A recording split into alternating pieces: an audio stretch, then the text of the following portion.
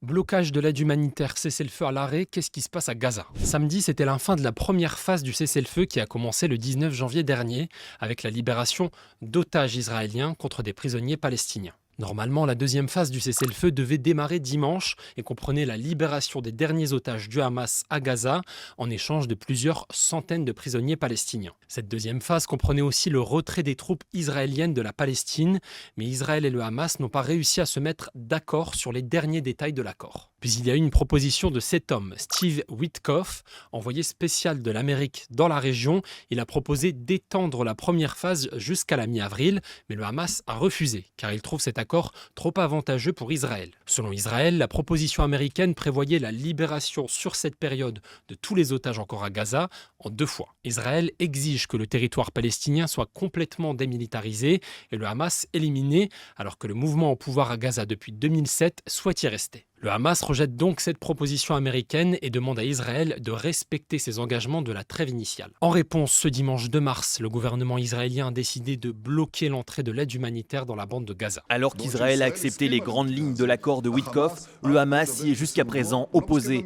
Il n'est pas d'accord sur les grandes lignes. Si le Hamas change de position, Israël entamera immédiatement des négociations pour mettre en œuvre cet accord.